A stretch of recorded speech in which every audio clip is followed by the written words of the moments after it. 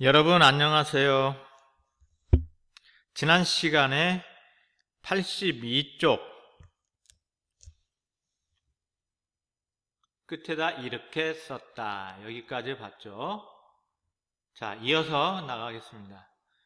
이것은 우리 두 집안 노인의 성명과 자손의 이름을 적은 것이다. 정학연은 침침한 눈으로 천리 먼 길을 써서 보낸다.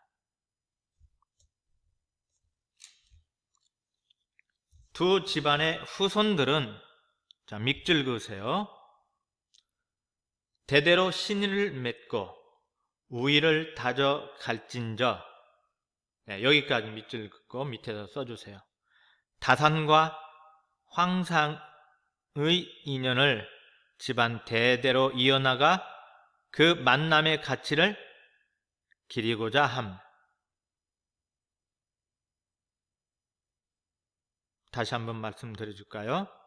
다산과 황산의 인연을 집안 대대로 이어나가 그 만남의 가치를 기리고자 함.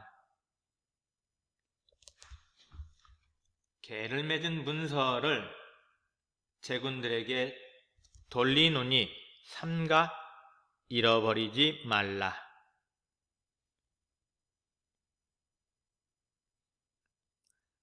이 해가 1848년이니 이때 정학연은 66, 황상은 61였다. 그 옛날 더벅머리 소년에게 던져준 오로지 부지런히 하면 된다던 스승의 따뜻한 가르침을 이렇게 한 사람의 인생을 근본적으로 뒤바꾸어 놓았다. 끊어서 이렇게 끊으라는 얘기입니다. 정관계를 맺어 다산과의 만남이 지닌 가치를 이어간 황상.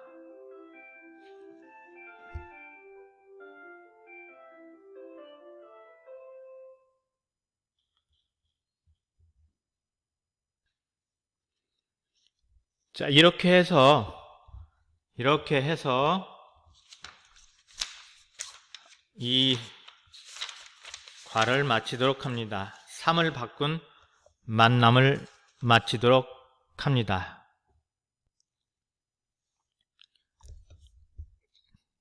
이 시간에는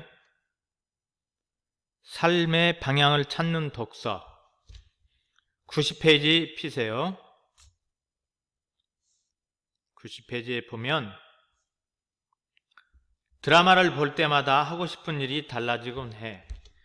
경찰인 주인공을 보고 나도 경찰이 되어야겠다고 생각한 게 엊그제 같은데 요리사가 나오는 드라마를 보고 나니 갑자기 요리를 향한 열정이 샘솟는 게 아니겠어?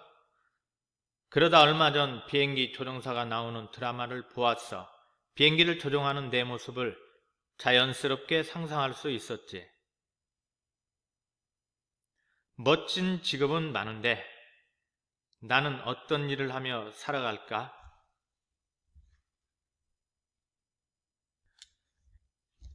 (90쪽) 책 선정하여 읽고 독서 일지 쓰기 핵심 정리 살펴보도록 하죠.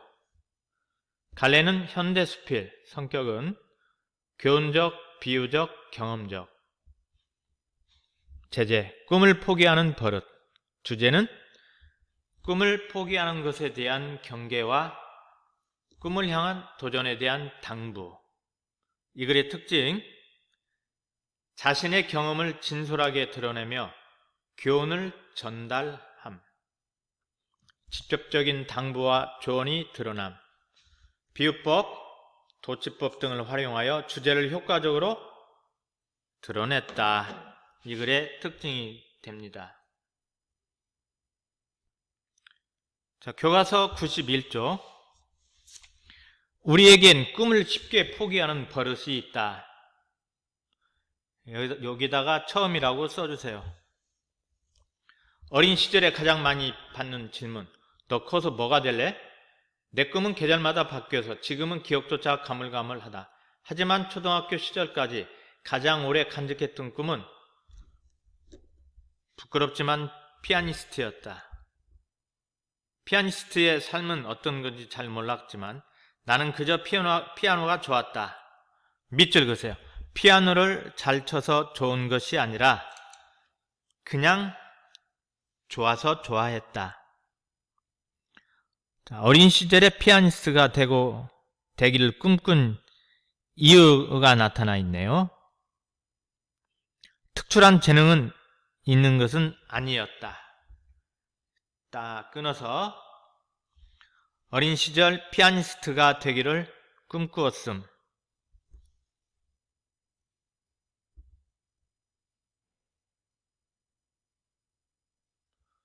꿈의 불꽃이 타오르기 시작한 순간은, 자, 꿈의 불꽃 밑에다 써주세요. 꿈에 대한 열정. 표현 기교는 은유법. 꿈의 불꽃이 타오르기 시작한 순간은 이상하게도 잘 기억나지 않는데 꿈의 불꽃이 사그라지던 순간은 정확히 기억난다. 어린 시절 우리 집에서 같이 살던 이모와 수다를 떨다가 내가 피아니스트의 꿈을 꾸는 것이 부모님께 부담될 수 있다는 사실을 깨닫게 된 것이다. 밑줄 그으세요. 조숙한 척만 했지 전혀 철들지 못했던 초등학교에게 이 사실은 커다란 충격이었다. 그때부터 나는 피아노 연습을 게을리하기 시작했다. 우선 끊어서 피아니스트라는 꿈을 포기하게 된 계기. 아까 여기 밑줄 그은 거 있죠? 조숙한. 쭉 여기까지 밑에다 써주세요. 꿈을 이루기에 현실적 제약이 존재함을 처음 깨닫고 그 충격으로 인해 꿈을 포기하게 됨. 내 말을 놓친 사람은 잠깐 화면을 잡아놓고 쓰시기 바랍니다. 자, 여기까지가 처음이고 여기다가 중간이라고 써주세요. 중간. 그 이후로도 나는 꿈을 여러 번 포기했다. 때로는 성적이 모자라서, 때로는 사람들의 평가가 두려워서, 때로는 그저 꿈만 꾸는 것이 실증나서 수도 없이 꿈을 포기했다.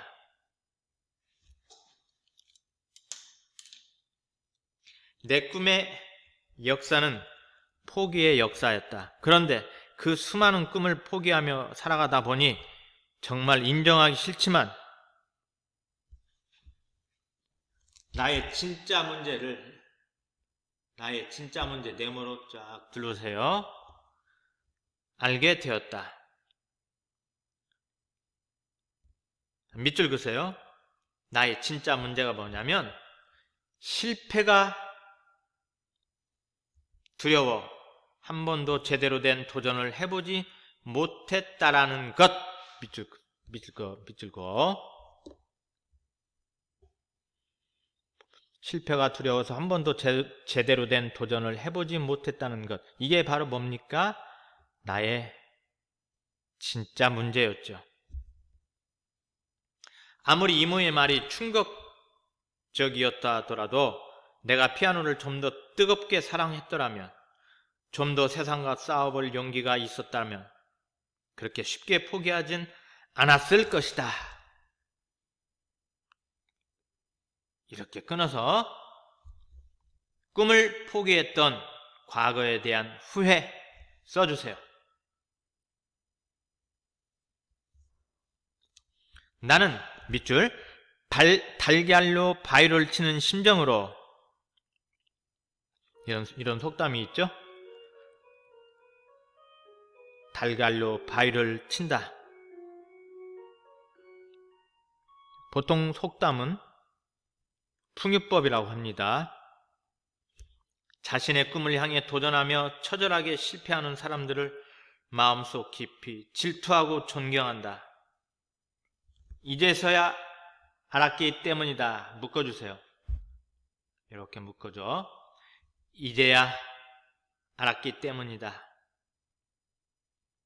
포기의 역사보다는 실패의 역사가 아름답다라는 것을, 제대로 부딪혀 보지도 않은 채 포기하는 것보다는 멋있게 도전하고 처참하게 실패하는 사람들이 훨씬 더 많은 것을 배운다는 것을, 꿈을 이루는데 실패하더라도 삶에서 실패하는 것은 아님을.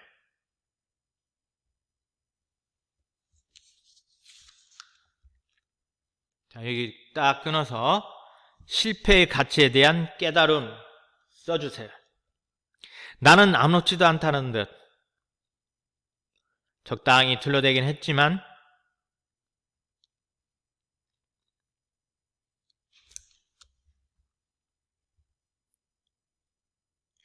그 말이 오랫동안 아팠다. 가슴에 날카로운 사금파리가 박힌 것처럼 시리게 아팠다.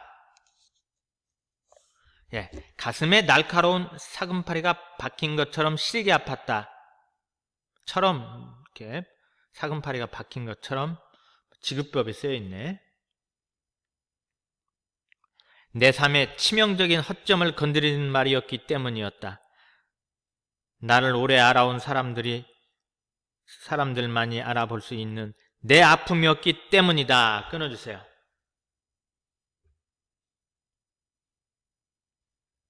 여기 끊어주세요. 친구의 비판으로 인한 깨달음과 반성이라고 써줘. 나는 이제야 깨닫는다. 피아노를 포기한 것이 문제가 아니라 그때부터 포기하는 버릇을 가슴 깊이 내면화한 것이 문제라는 것을, 도전하기 전에 미리 온갖 잔머리를 굴려 내 인생을 머릿속으로 그려보고 안 되겠구나 싶어 지레 포기하는 것, 아주 어릴 때부터 나도 모르게 생긴 버릇이라 쉽게 고칠 수 없었다. 자, 끊어서 포기하는 버릇에 대한 반성이라고 써줘.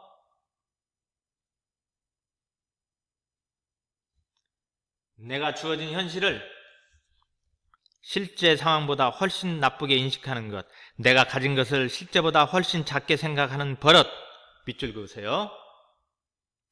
그것은 금속에 슬기 시작한 녹 같다. 네, 이것도 지기법이네. 처음에는 아주 하찮게 보이지만 나중에는 가득 덮인 눈 때문에 원래 모습조차 알 수 없게 되어버린, 나는 진로에 대한 공포 때문에, 미래에 대한 비관 때문에 나의 원래 모습마저 잃어버린 것 같았다.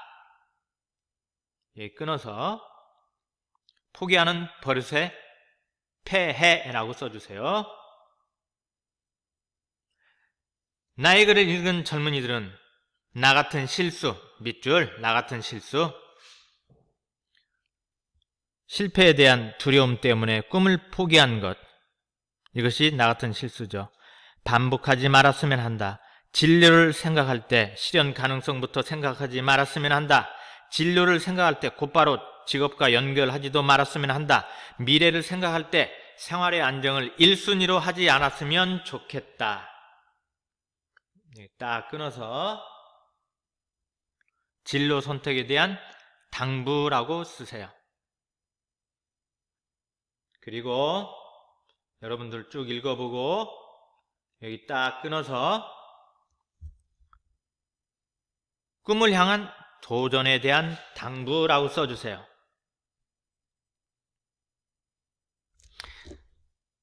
내가 얼마나 그 꿈에 몰두해 있을 수 있는지 실험해 보는 것. 밥 먹는 것도 있고 잠자는 것도 있고 이런 것들이 가슴을 뛰게 하는 것이다. 이렇게 말했네요. 글쓴이가 생각하는 진로 선택 기준이 나와 있습니다. 꿈을 향한 도전에 대한 당부. 여기서 마치죠.